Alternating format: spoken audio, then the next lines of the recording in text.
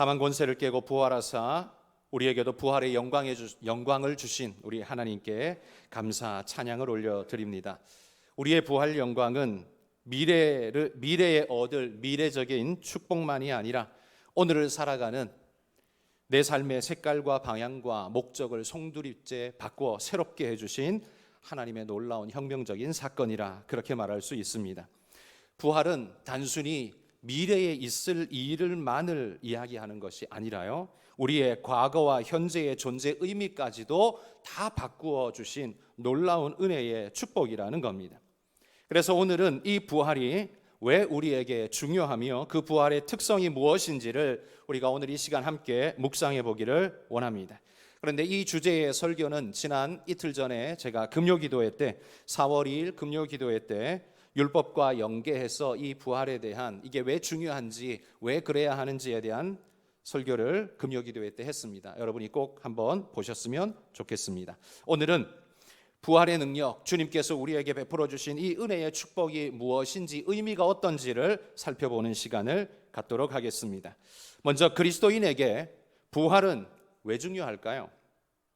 그 중요성에 대해서 사도 바울은 고린도전서 15장 13절에서 19절에 이렇게 설명해 주고 있습니다. 이 구절 속에 다른 색깔로 쓰여 있는 5번이나 반복되는 이 말씀을 주목해서 보시기를 바랍니다. 같이 읽어봅시다.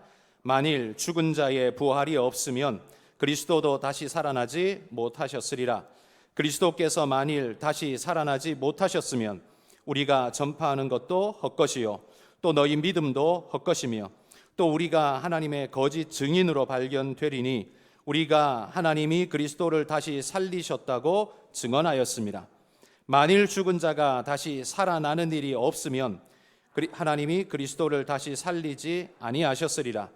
만일 죽은 자가 다시 살아나는 일이 없으면 그리스도도 다시 살아나신 일이 없었을 터이요 그리스도께서 다시 살아나신 일이 없으면 너희의 믿음도 헛되고 너희가 여전히 죄 가운데 있을 것이요 또한 그리스도 안에서 잠자는 자도 망하였으리니 만일 그리스도 안에서 우리가 바라는 것이 다만 이 세상의 삶뿐이면 모든 사람 가운데 우리가 더욱 불쌍한 자이리라. 부활이 없다면, 만일 그리스도의 부활이 없다면 이라고 하면서 5번이나 계속해서 강조해서 그것이 우리에게 얼마나 중요한 사건인지에 대해서 바울은 고린도전서 15장에서 우리에게 여러 번 강조하고 있습니다. 부활이 없다면 어떻게 됩니까? 우리가 다시 살지 못할 것이 명확합니다.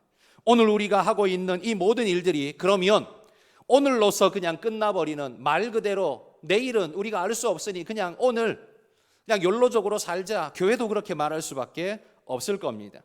미래적 소망이란 꿈도 꿀 수 없는 자들이 되고 말 것이며 죽음으로 덧없이 끝나버리는 불쌍한 인생이 될 수밖에 없을 것입니다. 그리스도가 부활하지 않으셨다면 말이죠. 여러분, 왜 이렇게 우리 인생은 그리스도가 없다면 왜 이렇게 절망적일 수밖에 없는 것일까요? 그게 우리의 현실이기 때문인데요, 성경은 우리의 현실을 마치 의사가 환자를 진료하듯이 우리의 상태를 정확하게 진료하고 우리에게 그 사실을 일러주고 있습니다. 로마서 3장 23절 말씀, 오늘 설교 중에는요 14번이나 성경을 읽을 것입니다. 좀 많지만 중요한 것이니까 함께 해주시기 바랍니다. 같이 읽어봅시다. 모든 사람이 죄를 범하였음에 하나님의 영광에 이르지 못하다니. 모든 사람이 죄를 범하였기 때문에 하나님 영광에 이르지 못합니다. 이 죄의 영향력이 어디까지 미치냐 하면 그 누구도 피해갈 수 없는 전포갈적인 죄의 오염 상태에 인생이 빠져 있다라는 말이죠. 선한 것이 하나 없다라는 말이 아니라 죄를 비껴간 존재, 죄가 영향을 미치지 않은 존재가 있느냐 하면 없다라는 말이에요. 그러면 그의 결과가 어떠냐? 로마서 6장 23절 말씀 읽습니다. 죄의 삭은 사망이요 하나님의 은사는 그리스도 예수 우리 주 안에 있는 영생이니라. 죄의 삭이 뭐라고요? 사망이라고요. 모든 사람이 죄를 범했다면 그 대가의 삭스로 모든 사람이 죽을 수밖에 없는 우리의 현실을 직시하고 있습니다. 이 결과는 우리가 경험적으로도 인정합니다. 여러분이 여러분 주변의 사람들, 여러분 자신을 한번 돌아보십시오. 자기 자신을 봐도 내 삶에 내 죄가 없는가 한번 돌아보십시오. 이런 허물 저런 허물들이 우리 안에 분명히 있다는 걸 너무나 잘 알지 않습니까? 남들에게 가려져서 포장되어 있어서 남들이 잘 모를 뿐이지 결국 내 안에 수많은 죄들이 내 안에 난무하다는 건 내가 너무나 잘 압니다. 그리고 죄의 삭시 사망이라는 걸 우리는 경험적으로 한 사람도 예외 없이 다 경험합니다. 왜? 누구나가 다 죽는다는 건 모두가 다 알고 있는 사실이죠. 그런데 이렇게 경험적으로 눈에 보이는 사건만이 아니라 보이지 않지만 우리에게 주어져 있는 현실이 있습니다. 히브리서 9장 27절 말씀 읽습니다. 한 번 죽는 것은 사람에게 정해진 것이요 그 후에는 심판이 있으리니. 한 번 죽는 것은 사람에게 정해진 것이라. 죽고 나면 우리는 모르기 때문에 우리는 그 뒤가 어떤지 모릅니다. 그래서 성경이 일러줍니다. 죽는 것은 사람에게 정해져 있지만 그 다음에는 뭐가 있다고요? 심판이 있다고요. 그러므로 모든 사람이 죄를 범했는데 그 죄의 삭은 사망이기에 모두가 죽습니다. 죽음으로 끝나버릴 것 같으면 까짓 거 그냥 한번 살다 가면 되지라는 마음으로 살 수 있겠는데 이게 그냥 끝이 아니래요. 그 뒤에 반드시 뭐가 있다고요? 심판이 있다고요. 그러면 누가 심판에 임할까요? 모든 사람이 심판에 떨어지게 되는 겁니다. 그렇다면 그 심판 앞에서 우리는 어떻게 될 것인가 라는 불안과 두려움이 우리를 삼킬 수밖에 없습니다. 죄를 범한 인생은 반드시 그 삭스로 사망에 이르게 되고 사망으로 끝나는 게 아니라 그 다음 단계인 심판에 이르게 된다라는 거예요. 혹시 여러분 이 말씀을 듣는 여러분 마음속에 그건 나하고 상관없을 것 같은데 라는 생각이 혹시 드시는 분 있습니까? 나는 착하고 깨끗하게 살았는데 목사님 왜 그러시나? 그러면서 괜히 협박하지 마세요 라는 혹시 그런 마음이 있으십니까? 그러면 이 두 구절도 한번 읽어봅시다. 갈라디아서 5장 19절에서 21절 읽습니다. 육체의 일은 분명하니 곧 음행과 더러운 것과 호색과 우상 숭배와 주술과 원수 맺는 것과 분쟁과 시기와 분냄과 당 짓는 것과 분열함과 이단과 투기와 술취함과 방탕함과 또 그와 같은 것들이니 전에 너희에게 경계한 것 같이 경계하노니 이런 일을 하는 자들은 하나님의 나라를 유업으로 받지 못할 것이요. 성경이 분명히 말합니다. 육체의 일은 분명하다. 그 육체의 일이 어떤 겁니까? 육체가 만들어내는 죄의 모습입니다. 그 양상들은 방금 우리가 읽은 것처럼 다양한 모습으로 나타납니다. 그런데 여러분 그 다양한 모습 중에 여러분과 상관없는 나는 한 번도 그런 거 경험해 본 적이 없다라고 여기는 죄의 목록이 몇 개가 있는지 한번 세보시겠습니까? 그 중에 몇 개를 지었습니까가 아니라요. 그 중에 몇 개를 짓지 않아 보셨습니까? 라고 제가 지금 질문하는 거예요. 여러분이 따져보시면 그 중에 몇 개나 내가 상관없는 나는 깨끗한 존재인가? 계산해 보십시오. 몇 개가 될까요? 또 한 구절 더 봅시다. 로마서 1장 29절에서 31절입니다. 읽습니다. 곧 모든 불의, 추악, 탐욕, 악의가 가득한 자요 시기, 살인, 분쟁, 사기, 악독이 가득한 자요 수군수군하는 자요 비방하는 자요 하나님께서 미워하시는 자요 능욕하는 자요 교만한 자요 자랑하는 자요 악을 도모하는 자요 부모를 거역하는 자요 우매한 자요 배약하는 자요 무정한 자요 무자비한 자라. 여기 굉장히 많은 죄목들을 또 하나 열거하고 있는데 여러분 이 수많은 죄목들 중에 나하고 상관없는 나는 이런 거 한 번도 경험해 본 적이 없어요 라고 생각하는 게 도대체 몇 개나 될까요? 우리가 두 구절을 읽었습니다만 그 두 구절 속에 죄가 만들어내는 하나님이 기뻐하지 않는 죄의 목록들 속에 내가 경험하지 않은 것이 도대체 몇 개일까요? 하나님께서 옳은 길이라 정해주신 그 길에서 벗어나서 이 두 구절에서 말하는 옳지 않은 길, 불의한 길을 우리가 얼마나 많이 걸었는가라는 말이에요. 이 죄목들 중에 단 한 번도 경험해 보지 않은 항목이 아마 몇 개 없을 겁니다. 수많은 율법 조항 중에 하나만 걸려도 죄목 중에 하나만 걸려도 우리는 유죄 판결을 받고 죄인이 되는데 여러분 우리가 걸릴 죄목이 굉장히 많다는 사실은 우리에게 굉장히 위축되고 두려움을 안겨줍니다. 모든 사람이 죄를 범하였는데 알고 보니까 그 중에 가장 우두머리 같은 죄인이 누구냐? 나였다라는 거죠. 내 마음속으로, 내 삶으로, 내 입술로 수없이 지었던 그 많은 죄들이 성경에 나열해 놓은 것 중에 다 내가 관계없는 것이 없구나. 우리는 그렇게 우리 스스로를 돌아본다는 거죠. 그런데 죄 지으면 죄의 삭은 사망인데, 그렇다면 나 역시 사망에 떨어질 수밖에 없는 존재고, 그걸로 끝나는 게 아니라 그 다음에 심판에 떨어질 수밖에 없는 존재라는 것, 그 심판에서 나는 온전할 것인가? 어떻게 생각하십니까? 여러분, 사탄이 범죄한 인생에게 백발백중의 화살을 날립니다. 그게 뭐냐면 사망의 화살이라는 겁니다. 결코 피할 수가 없죠. 에덴 동산 안에는요, 하나님이 처음 지었을 때에는 인생들이 죄를 범하지 않은 상태였습니다. 그래서 인간들은 죄를 범하지 않을 수 있는 상태에 있었습니다. 그런데 아담과 하와가 선악과를 따먹고 범죄한 이후에 인생 마음속에 죄성이 자리 잡고 난 다음에는 이 죄성이 인생을 사로잡아서 죄 짓지 않을 수 없는 인생이 되게 했습니다. 에덴 동산 안에 죄 짓지 않을 수 있는 존재에서 에덴 동산 밖으로 죄 짓지 않을 수 없는 존재가 되어버렸다는 거죠. 그게 우리의 현실이죠. 그래서 우리는 경험적으로 수도 없이 많은 죄를 우리 삶 속에, 마음 속에서, 생각 속에서 수도 없이 많은 죄를 짓고 살아갑니다. 그리고 마지막에 주님이 우리를 구속하사 우리를 부활케 하셔서 저 천국에 이를 때는, 그때는요, 놀랍게도 우리가 죄 지을 수 없는 존재가 되어집니다. 이게 인생의 3단계입니다. 변화죠. 죄 짓지 않을 수 있는 존재였던 우리였는데, 우리의 선택으로 죄에 빠져서 죄 짓지 않을 수 없는 존재가 되었다가, 그 다음에 예수 그리스도의 구속을 덧입어 부활의 축복을 덧입은 우리는 이후에 천국에 임할 때 죄 지을 수 없는 존재로 탈바꿈하게 된다는 겁니다. 그러니까 이 부활이 없으면 우리는 어떻게 된다는 거예요? 완전히 죄덩어리 존재가 될 수밖에 없다는 거예요. 부활이 왜 중요하냐? 그렇게 우리가 구속함을 받고 천국으로 인도받는 데에는 예수 그리스도의 구속, 부활이 어마어마하게 중요한 역할을 한다는 겁니다.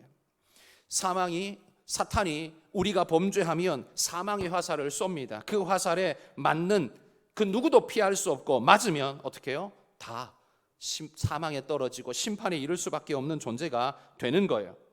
그러면 그렇게 죽고 끝나는 게 아니라 심판에서 우리는 마지막 영원한 심판에까지 떨어지는 상태로 흘러가게 되는 겁니다. 그래서 범죄, 사망 이후의 심판이라는 이 3단계가 인생에게는 죄의 사슬처럼, 악의 사슬처럼 맞물려서 우리의 인생을 그렇게 끌고 가고 있다는 이야기입니다. 그러니 여러분, 우리에게 주 예수 그리스도의 구속과 부활의 축복이 얼마나 절실하게 필요한가는 절대적인 이야기이죠. 인생은 이미 사형 언도를 받은 사형수와 같은 존재이기 때문에 그렇습니다. 모든 아담의 후손들에게는 사망 선고가 내려진 채 살아가게 된 것입니다. 그런 인생에게 절실하게 필요한 건 바로 이 죽음에서 건짐받고 죄에서 건짐받는 겁니다. 육체로는 어쩔 수 없는 죄의 삭, 육체적 사망을 경험할지 몰라도 그 다음에 찾아올 영원한 심판, 그건 하나님의 은혜 아래서 구속함을 받고 모면할 수 있도록 우리에게는 주님의 은혜가 절실히 필요합니다. 그런데 그 선물이 어디 안에 들어있냐 하면 예수 그리스도의 부활 안에 들어있다는 말이죠.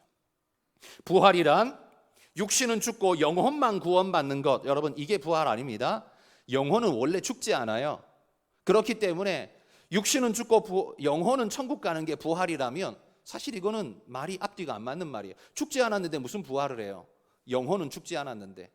그러니까 이게 아니라 성경이 말하는 부활은요, 육신이 죽고 예수 그리스도께서 재림하시는 날, 천사장의 나팔소리와 호령과 함께 오실 때에, 주님이 부르실 때에 죽은 모든 육체들이, 영혼들이 하나님 앞에 부름을 받아 다시 살아나 부활하여 주님과 함께 하늘로 끌어올려 천국에 이르게 되는 영광을 얻게 될 겁니다. 그게 바로 부활입니다. 그때 덧입는 우리의 육체를 부활체라고 말하죠. 영혼만 천국 가는 게 아니에요.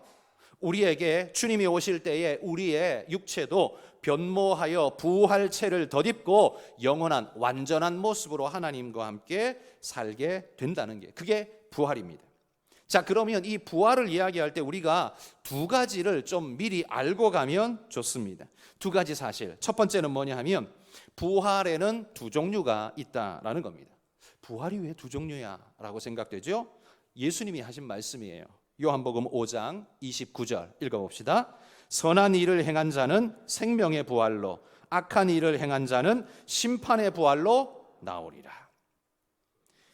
여기 보면 부활이 두 종류가 나옵니다. 하나는 생명의 부활이 나오고 또 하나는 심판의 부활이 나와요.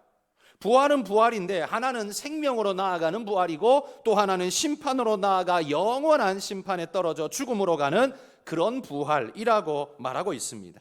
여러분, 우리는 주님이 부활했고 예수 믿는 우리가 부활할 거라고 믿습니다.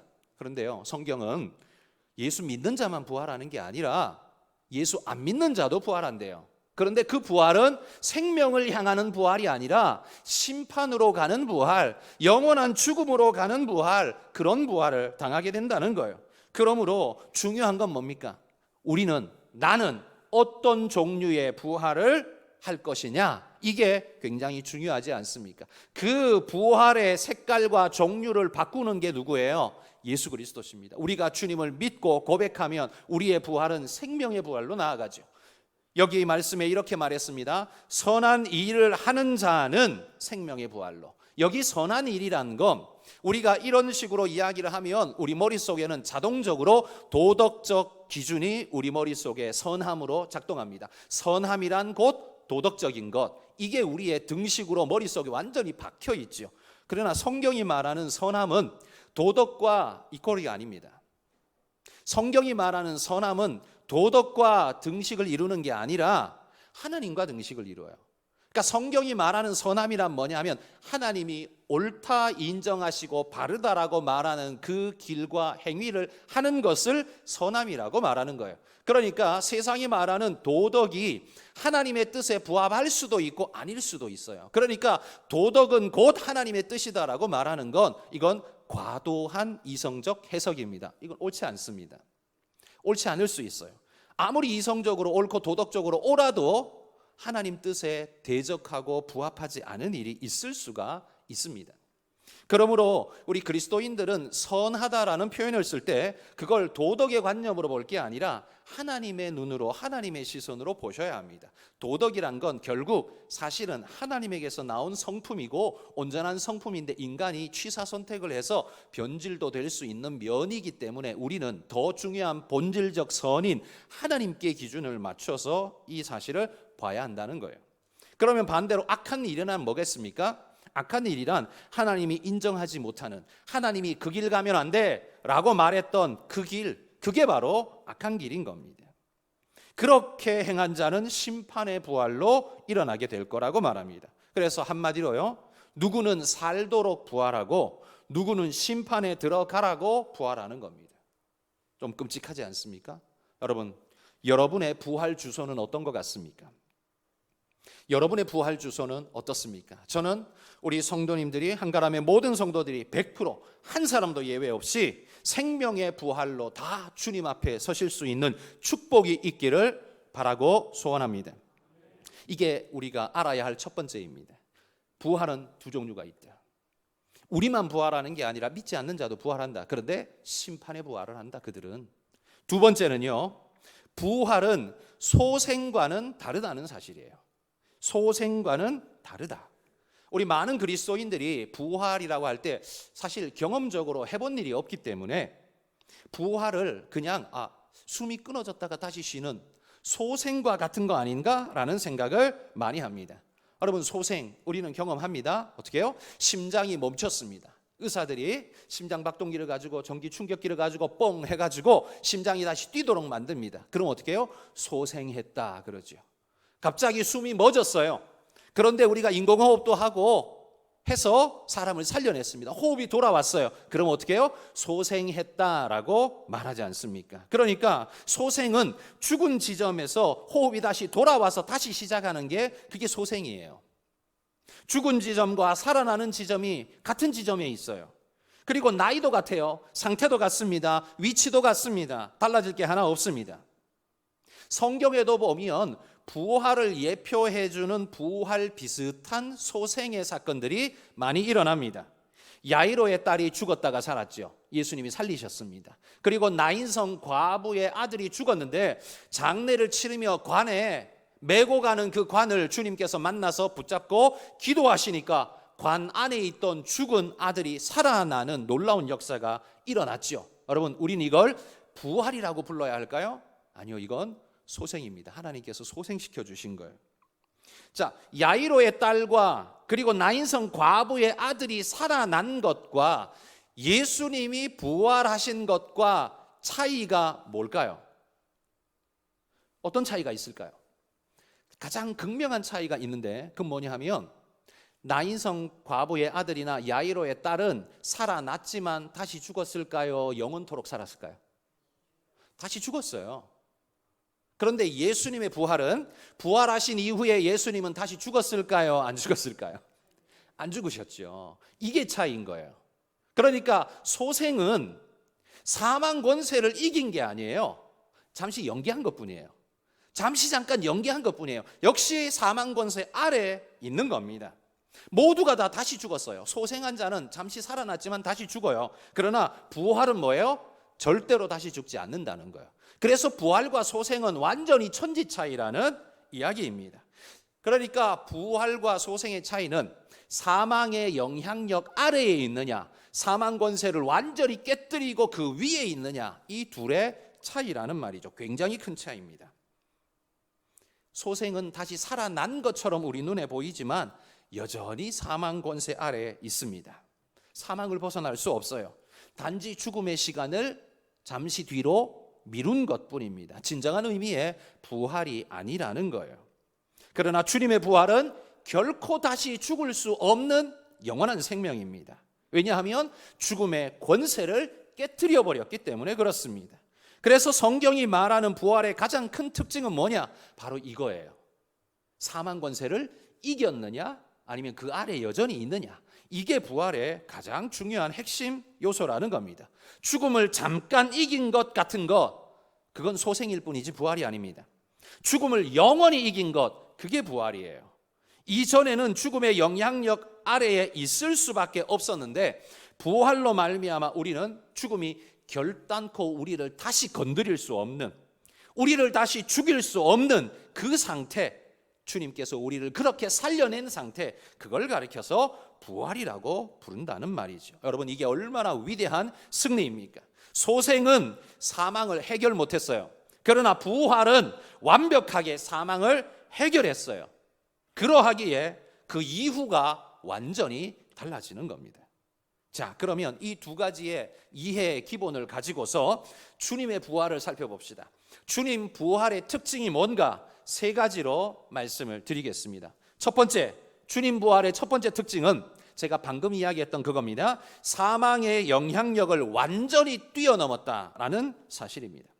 오늘 우리가 읽은 고린도전서 15장 55절 말씀에 보시면 바울이 이렇게 소리칩니다. 사망아, 너의 승리가 어디 있느냐? 사망아, 네가 쏘는 것이 어디 있느냐? 여러분, 이 말이 무슨 말인지 이해되십니까?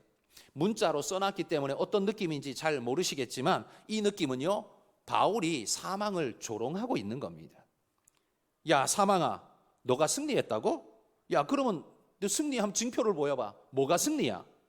네가 사망의 화살을 나한테 쐈다고? 야, 근데 화살 쐈으면 어디 있어? 나한테 박히든지 어디 날아가고 있든지 땅에 떨어졌든지 뭐 있어야 될 거 아니야. 근데 어디 있어? 너는 뭐 나한테 뭘 했다고? 그러나 나는 멀쩡해. 사망아, 넌 뭘 한 거야? 라고 바울이 조롱하고 있다라는 거예요. 여러분, 과거에 우리는 어땠습니까? 그렇게 사망을 조롱할 수 있었습니까? 감히 사망을 어떻게 조롱합니까? 사탄이 쏘아대는 이 사망의 화살 한 방 딱 맞으면 그걸로 그냥 끝이었는데요. 이 사망이 쏘는 화살은 백발백중이었는데요. 피할 수가 없는데요. 완벽하게 사망의 권세 아래 갇힐 수밖에 없었습니다. 그것에 꽂히는 자는요, 살아날 수가 없는 거예요. 그런데 지금은 어떻습니까? 과거 아담 아래에 있을 때에는 사망의 화살이 즉시로 내게 날아와서 박혔습니다. 나는 피할 수도 없고요, 도망도 못 가고요, 이 치명적인 화살이 나를 완전히 삼켜버렸습니다. 그런데 지금은 이 사망의 화살이 내게 날아와도 내게 닿을 수가 없다는 겁니다. 왜냐하면 하나님께서 우리를 예수 그리스도라는 도피처 안에, 보호성 아래 우리를 딱 옮겨 놓으시고 하나님의 성벽으로 막으셨기 때문에 그들이 쏘아대는, 사망이 쏘아대는 화살이 넘어올 수도 없고 뚫고 들어올 수도 없는 완벽한 하나님의 은혜의 보호 아래 우리를 묶으셨기 때문에, 거기 두셨기 때문에요, 사탄이 건드리고 싶어도 건드릴 수가 없다라는 말이에요. 로마서 8장 38절 39절 말씀 같이 읽어봅시다. 내가 확신하노니 사망이나 생명이나 천사들이나 권세자들이나 현재일이나 장래일이나 능력이나 높음이나 깊음이나 다른 어떤 피조물이라도 우리를 우리 주 그리스도 예수 안에 있는 하나님의 사랑에서 끊을 수 없으리라. 여러분, 내가 확신하노니 사망이라도 나를 그리스도의 사랑에서 끊을 수 없다라고 선포하고 있습니다. 사망이 쏜 화살이 왜 우리에게 와서 닿을 수 없는가? 왜냐하면 하나님께서 예수 그리스도를 우리의 성벽으로 만드셔서 그 예수 그리스도가 그 모든 화살을 다 막아주시고 보호하시기 때문에 결단코 사탄도 또 사망이라 할지라도 우리를 손댈 수 없게 하셨다라는 말이에요. 이게 바로 예수 안에 있는 자의 축복입니다. 우리를 생명의 자리로 옮기셨기 때문에 사망의 화살이 그곳까지 와서 닿을 수 없는 거예요. 옛날 같으면요, 어디로 도망가도 다 따라와서 맞았습니다. 피할 수도 없었습니다. 그런데 지금은요, 절대로 우리를 맞출 수가 없습니다. 왜? 예수 그리스도의 보호 안에 딱 들어가 있기 때문에요, 사탄이 무슨 짓을 해도 우리를 삼킬 수가 없는 겁니다. 여러분, 소생과 부활의 차이를 이해하시겠습니까? 우리는 단지 소생한 게 아닙니다. 잠시 호흡이 끊어졌다가 돌아온 게 아닙니다. 우리는 주님께서 그러신 것처럼 이 사망이 감히 우리에게 아무런 해도 끼칠 수 없는, 아무런 권세도 행할 수 없는 차원이 다른 모습으로 우리를 옮겨 놓으셨다라는 거예요. 건드리지도 못하는 상태로 옮겨 놓으셨다고 성경이 말하는 겁니다. 여러분, 이게 예수님의 부활입니다. 그러기에 우리는 주님의 부활을 따라 우리도 부활하게 되는데, 이런 놀라운 축복을 보장받고 살아가는 존재가 되었다는 사실, 여러분, 이 기쁨을 누리시기를 소망합니다. 두 번째 예수 부활의 특징은요, 우리는 그렇게 죄 앞에, 사망 앞에 널브러져 살았었는데 이제는 그리스도 안에 다시 태어난 존재로 살게 된다. 하나님 가문으로 태어나서 살게 된다라는 겁니다. 에베소서 1장 3절에서 12절 말씀 좀 깁니다만 여기에도 색깔이 다른 걸로 제가 표시해 놨는데요, 이게 6번이나 반복됩니다. 한번 유념하면서 읽어봅시다. 시작.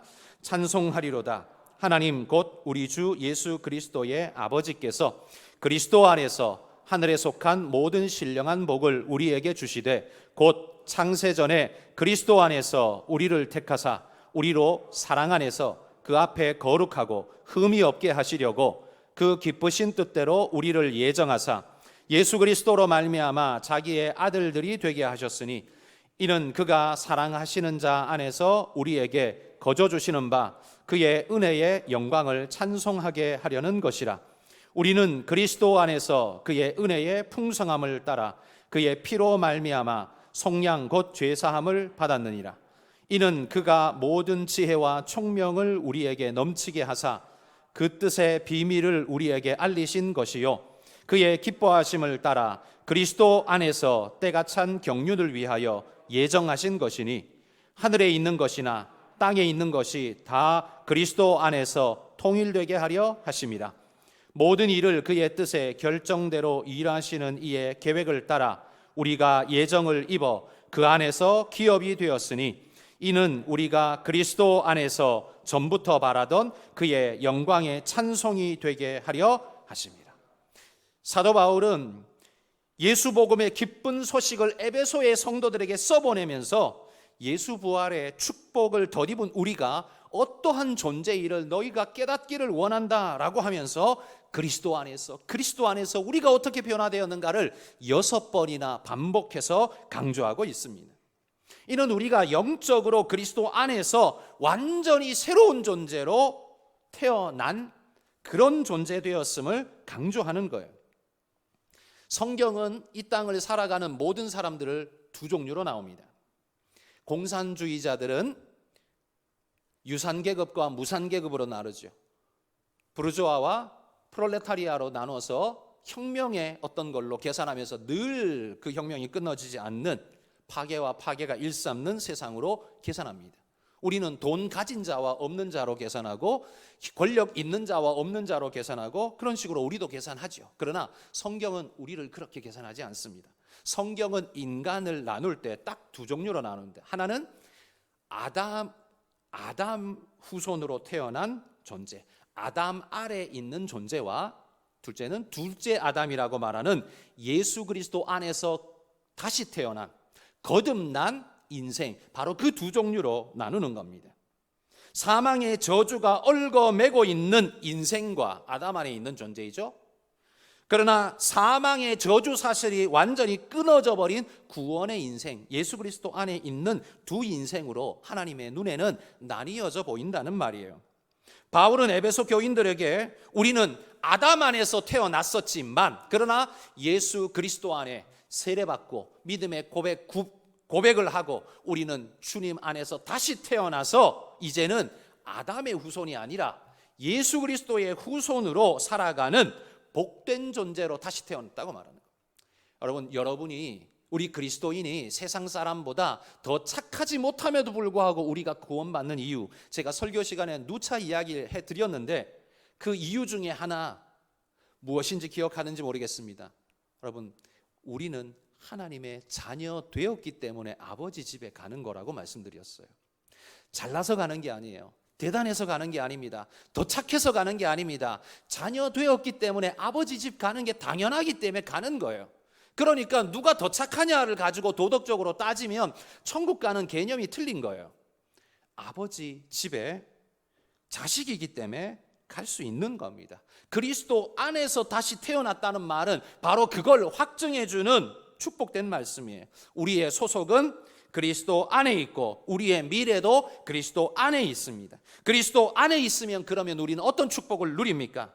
방금 읽은 긴 구절 에베소서 1장에 보면요, 여러 가지로 소개합니다. 3절에 보면 하늘의 신령한 복을 얻고, 그리고 흠이 없게 하시고, 하나님의 자녀가 되게 하시고, 그리고 죄사함을 받게 하시고, 지혜와 총명으로 하늘의 진리를 깨닫게 하시고, 하나님의 비밀한 것까지 깨달아 알게 하시며 하나님의 기업이 되게 하시고 하나님의 영광이 되게 하셨다라고 이야기를 하고 있습니다. 여러분, 이게 얼마나 대단한 일입니까? 우리가 예수 믿고 구원받으면요, 사망이 우리를 얻지 못하는 정도로 끝나는 게 아니라 이와 같이 엄청난 하늘의 축복이 우리에게 주어진다라고 말씀하는 거예요. 여러분, 이 기쁨을, 이 축복을 진짜 깨달은 자는요, 남들보다 내가 좀 가난해도 낙심하지 않습니다. 남들보다 내가 공부를 좀 못해도, 성적이 좀 모자라도 낙심하지 않습니다. 왜요? 왜냐하면 그건 도토리 키재기일 뿐이에요. 하나님 앞에서 우리가 얻은 축복이 얼마나 큰 건데, 하나님이 내 아버지신데 그거 별거 아니야. 하나님은 우리를 복되게 하셔라고 믿는 사람은요, 오늘 내가 좀 아파도, 내 성적이 좀 모자라도, 혹은 내가 남들보다 좀 돈을 못 벌어도 괜찮습니다. 낙심하지 않습니다. 절망하지 않습니다. 하나님의 은혜에 감격하며 살아갈 수 있는 그런 축복을 얻습니다. 여러분, 우리 모든 성도님들이 그런 믿음에 담대한 구원의 자들이 되시기를 소망합니다. 그리스도 안에 다시 태어나는 것이 예수 부활의 두 번째 특징입니다. 세 번째 특징은 뭐냐 하면 주님과 함께 그 날에 주의 보좌에 함께 앉을 것이라는 축복입니다. 이건 주님의 약속이에요. 제 마음대로 떠드는 게 아니에요. 마태복음 19장 28절 말씀 읽어봅시다. 예수께서 이르시되 내가 진실로 너희에게 이르노니 세상이 새롭게 되어 인자가 자기 영광의 보좌에 앉을 때에 나를 따르는 너희도 12보좌에 앉아 이스라엘 12지파를 심판하리라. 어디에 앉아요? 12보좌에 앉아. 주님이 앉으시는 그 보좌, 영광스러운 그 자리에 우리도 함께 앉게 될 거라는 축복을 이야기하고 있습니다. 누가복음 22장 29절 30절 읽습니다. 내 아버지께서 나라를 내게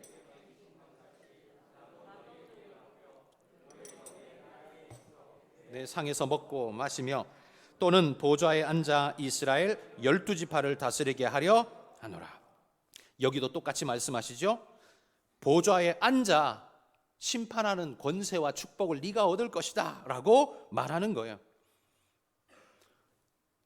이 땅에 계실 때 우리 주님이 우리에게 뭐라고 약속해 줬는가? 내가 다시 올 그때, 그 재림의 때에, 구원받은 그때에는 우리가 주님의 보좌에 함께 나란히 그 옆에 앉아서 그 놀라운 축복을 얻게 될 것이다 라고 말해요. 근데 이게 주님이 생전에만 약속한 게 아니라요, 부활하셔서 영광을 입고 하늘에 오르신 이후에도 우리에게 이렇게 말씀합니다. 계시록 3장 21절 말씀 읽습니다. 이기는 그에게는 내가 내 보좌에 함께 앉게 하여 주기를 내가 이기고 아버지 보좌에 함께 앉은 것과 같이 하리라. 계시록의 말씀은요, 주님이 이미 부활하신 이후의 상태잖아요. 부활하신 주님이 우리에게 약속하는 겁니다. 그 이전에 하셨던 말씀과 똑같아요. 내가 너희를 내 보좌, 나와 함께 앉게 하여 영광을 함께 누리게 하리라 라고 이야기합니다.